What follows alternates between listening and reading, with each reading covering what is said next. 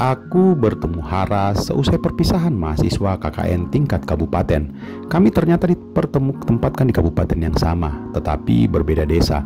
Aku sudah menunggangi motorku ketika itu, sedang bersiap untuk berangkat pulang seusai pelepasan oleh bupati.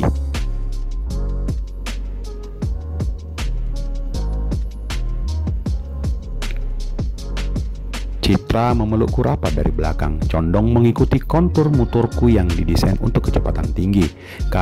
Aku dan Hara bertukar pandang dan senyum dari jauh. Hara melambai, kami tidak bertemu lagi dalam sisa tahun ini.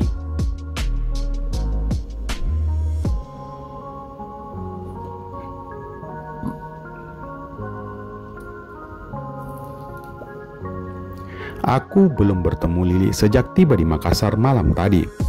Saat ku telepon pagi-pagi, dia bilang sedang di luar, sedang jalan dengan teman. Begitu katanya.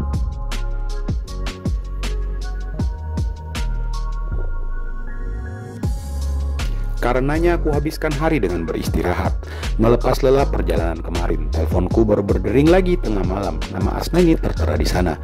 Kak, kalimat pertama yang terucap saat ku jawab teleponnya. Suara Asnaini terbata-bata. Aku jarang sekali kehabisan kata-kata seperti ini. Keheningan sesaat yang terasa berabad menggenang di udara. Kutata kembali pikiranku, lalu bertanya, "Adek lagi di mana?"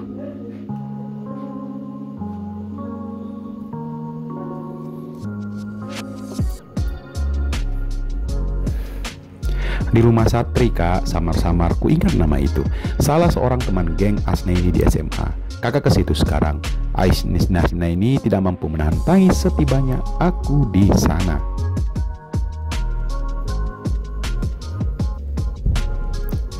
Dia lalu menghambur ke pelukanku, menangis terseduh-seduh.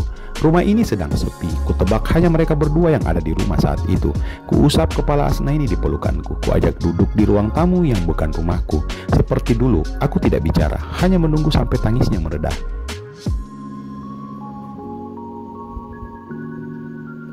Ini salah Kak Nanta. Aku terhenyak. Seketika ingatanku merambah kembali ke kejadian 4 bulan yang lalu. Kejadian di rumah Kak Hajrah. Mungkinkah? Maka aku penuh tanya saat ku tatap Asnaini.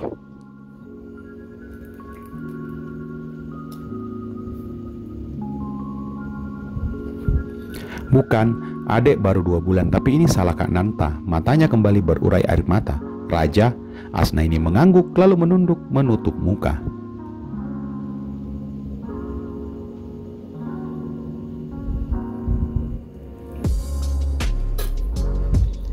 Ini tetap salah Kak Nanta. Kurai ponsel Asnaini di meja, mencoba mencari kontak Raja. Percuma Kak, sejak adek kasih tahu tadi pagi SMS nggak dibalas lagi. Nomornya juga udah nggak aktif.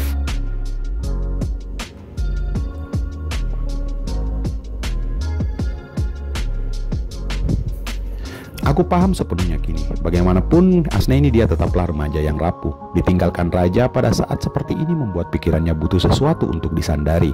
Suatu jangkar untuk dilemparkan menuju kedalaman, agar pikirannya tetap waras di tempat. Aku adalah jangkar paling dekat.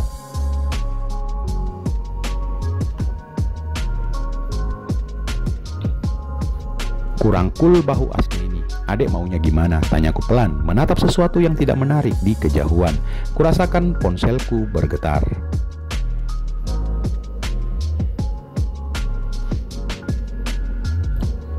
Kulirik sekilas nama Lili di layar. Kuabaikan. Gak ada jalan ini dipertahankan Kak. Harus benar-benar, tapi adek gak tahu caranya. Kupeluk bahunya lebih rapat. Ku mantapkan hati. Ku sampaikan rencanaku.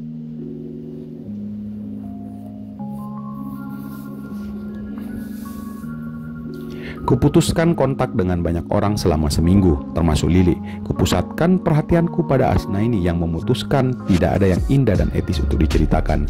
Beberapa hari itu adalah saat-saat paling membuat depresi yang pernah terjadi dalam hidupku. Bagi Asnaini, kalikan depresiku dengan 1 juta.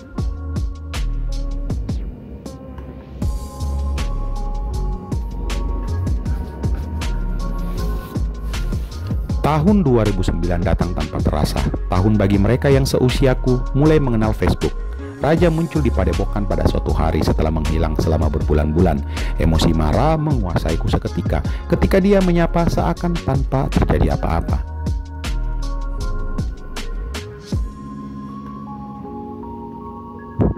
Kutantang dia padudukan. Saat itu juga, padudung adalah latih tanding dengan kaidah dan aturan minimal. Dalam latih tanding biasa ada kaidah yang mengatur jumlah serangan dalam satu kali berjibaku. Ada kaidah melangkah dan ada area yang terlarang untuk diserang. Dalam padudung beberapa aturan dihilangkan, beberapa aturan lagi tetap ada tapi dilonggarkan. Titik berat latihan ini adalah pada mental dan daya tahan tubuh.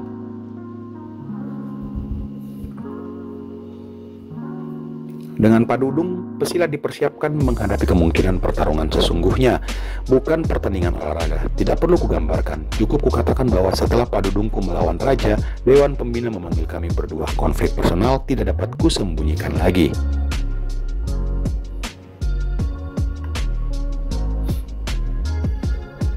Raja mendapat teguran. Aku menerima surat peringatan. Kesalahan yang kulakukan dinilai lebih berat sebab mengakibatkan kerusakan yang hampir permanen pada rekan seperguruanku.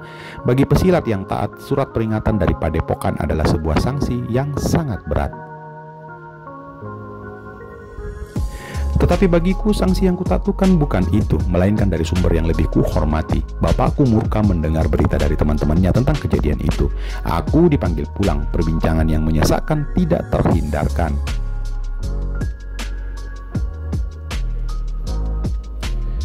Katakan ini bukan soal perempuan. Bapakku berbicara datar. Bapakku adalah seorang pembicara di lingkungan kedatuan Bugis kota asalnya. Keengganannya untuk hidup dalam lingkungan feodal yang dinilainya tidak sejalan dengan ajaran agama membuatnya hijrah ke Makassar, melepaskan gelar dan hidup sebagai pegawai biasa. Para kesatria Bugis selalu berprinsip adalah siri ketika dua laki-laki bertarung karena memperebutkan perempuan. Tidak bisa, Eta, Bapak. Ini memang soal perempuan. Jawabku tertunduk.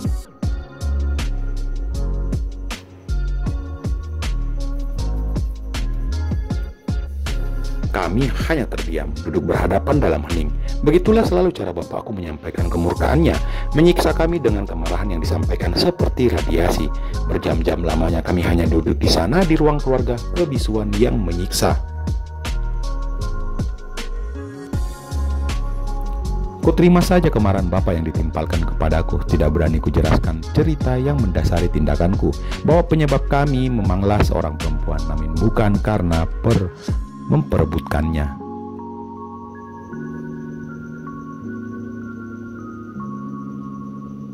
Tidak mungkin pula kujelaskan bahwa kemarahanku pada raja dikarenakan dia tega menelantarkan Asnaini saat tahu terjadi itu, kemudian muncul dan melenggang begitu saja.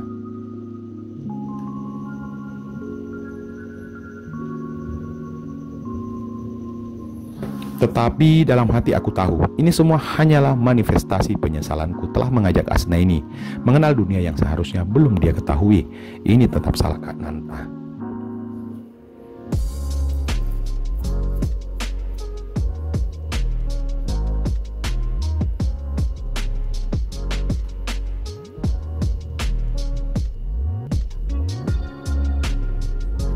Aku hanya bingung setelah sekian lama kamu masih segitu care-nya pada Asnaini. Aku dan Lili berbaring, baru menyelesaikan obrolan singkat.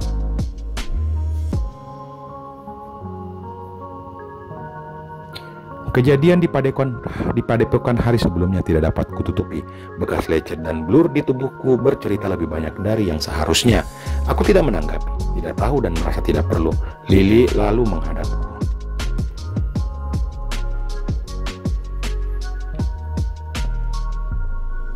Nan, kamu masih ada rasa sama dia? Aku menggeleng mantap. Aku tidak pernah tahu nilai kebenaran dari jawabanku ini. Apakah salah atau hanya benar sebagian? Entahlah, sebab pertanyaan selanjutnya lah yang mengejutkanku.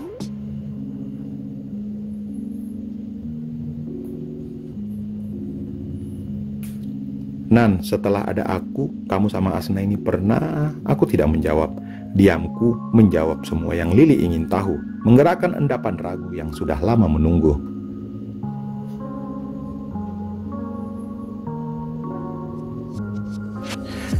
Malam itu kami lewati tanpa berbicara, hanya terdiam sampai Lena turun menculik kesadaran. Lili semakin jarang di rumah, lebih sering beraktivitas di luar dengan teman, hanya itu katanya.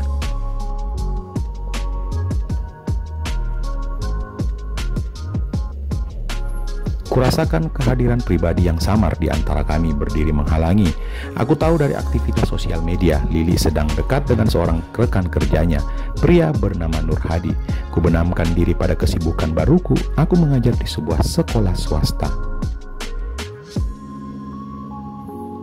Jam kerja yang tidak penuh membuatku bisa menerima tawaran paruh waktu dari beberapa sekolah lain. Pada malam hari, ku terima beberapa siswa yang menginginkan jam pelajaran privat. Kealpaan Lili pada sebagian besar waktuku membuatku membuka diri pada beragam rupa kegiatan. Kudaftarkan diri pada pelatihan-pelatihan, kursus jangka panjang, dan aktivitas sosial. 2 kali seminggu ku ikuti kelas pajak ber-effort di Geraha Pena. Kudaftarkan diri pada kursus akuntansi pada malam sisanya. Tahukah pembaca sekalian, ada loh yang namanya kelas etika berkendara di jalan raya. Aku harus fair mengakui, memudarnya perasaan di antara aku dan Lili tidak semata karena sibuknya dia dengan seorang pria lain. Aku bukan pria yang sepenuhnya setia, tanyakan pada Citra, Hara, dan sudahlah.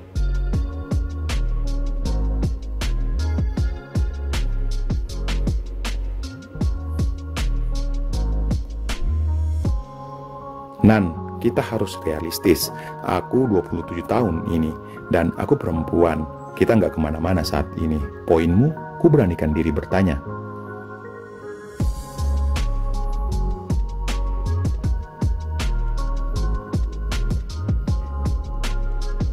Hadi resmi ngelamar aku. Sabtu ini keluarganya datang.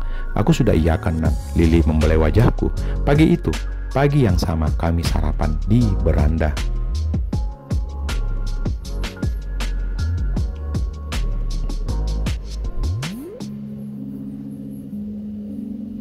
Yang kamu harus ingat, Nan, jangan lagi pernah jadikan cewek sebagai pilihan ketika dia menjadikanmu satu-satunya di hatinya. Lili menatapku lembut.